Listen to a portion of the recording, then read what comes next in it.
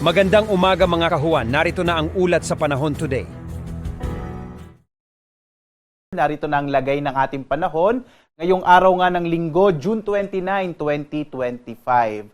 At ito po ang ating mga inilabas na thunderstorm advisories at rainfall information sa iba't ibang bahagi ng ating bansa. Meron tayong nakataas sa may area ng Cagayan, La Union, ilang bahagi ng Central Luzon at Calabarzon kasama na yung Metro Manila. Gayun din dito sa may Camarines Norte, Masbate, sa Leyte at ilang bahagi ng Mindanao.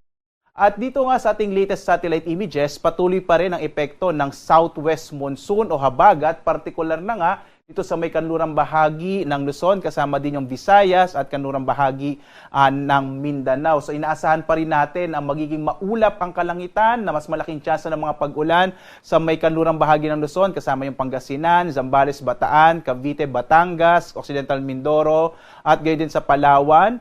Kasama din dyan yung Metro Manila, malaking bahagi ng Kabisayaan at dito sa may kanlurang bahagi ng Mindanao, yung BARM, Zamboanga Peninsula at Soc-Sargen. Sa lalabing bahagi naman ng ating bansa, patuloy na makararanas ng mga localized thunderstorms. Ito yung mga pag-ulan, pagkinat, pagkulog na usually po nagkatagal na 1 hanggang 2 oras. At makikita natin, wala tayong minomonitor na anumang low pressure area sa loob ng Philippine Area of Responsibility. Ibig sabihin, wala pa tayong binabantayang maaring maging bagyo based sa ating pinakahuling datos sa mga sandaling ito.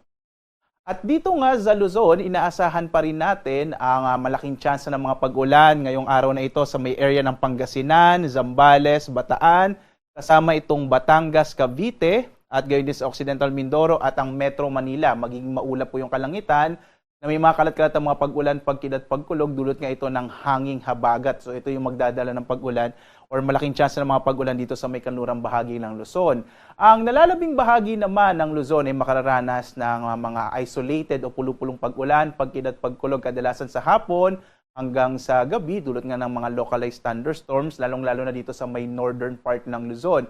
Agwat nga ng temperatura natin sa Lawag na sa 24 to 32 degrees Celsius, sa Baguio 16 to 23 degrees Celsius, sa bahagi naman ng Tuguegarao 24 to 34 degrees Celsius, sa Metro Manila 25 to 32 degrees Celsius, habang sa Tagaytay 23 to 30 degrees Celsius, habang sa Legazpi aabot na hanggang 33 degrees Celsius. Sa bahagi naman ng Palawan, Visayas at Mindanao, inaasahan natin ang malaking tsansa din ng pag-ulan sa Palawan, dulot ng habagat or southwest monsoon para sa araw na ito. Agwat ng temperatura sa Kalayaan Islands nasa 25 to 32 degrees Celsius, sa Puerto Princesa naman 25 to 32 degrees Celsius.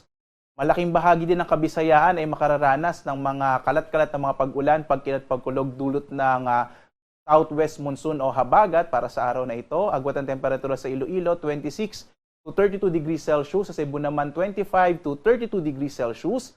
Habang sa Tacloban, 26 to 32 degrees Celsius. Samantala, ang kanlurang bahagi naman ng Mindanao ay makararanas din ng kalat-kalat na mga pag-ulan, pagkinat, pagkulog at maulap na kalangitan, dulot din ng habagat, partikular na nga sa Zamboanga Peninsula, BARM at Soc-Sargen. Ang nalalabing bahagi naman ng Palawan, ng Mindanao po, ay makararanas naman ng isolated o pulupulong pag-ulan, pagkidlat, pagkulog, bandang hapon hanggang sa gabi. Agwat ang temperatura natin sa Zamboanga, 25 to 32 degrees Celsius. Sa Davao naman, 24 to 33 degrees Celsius. Habang sa Cagayan de Oro, 24 to 32 degrees Celsius. Sa lagay naman ng ating karagatan, wala po tayong nakataas na gale warning sa anumang bahagi ng ating bansa, sa mga baybayin ng ating kapuluan. Mahina hanggang sa katamtam or banayad hanggang sa katamtaman ang magiging lagay po ng ating karagatan. Bagamat mag-ingat pa rin yung mga maliit na sasakyang pandagat pag mayroong mga thunderstorm na kung minsan ay nagpapalakas ng alon ng ating karagatan. Pero sa ngayon po, ligtas naman pumalawat yung mga sasakyang pandagat na maglalayag sa ating mga karagatan. At muli po, sundan tayo sa ating iba't ibang mga social media platform.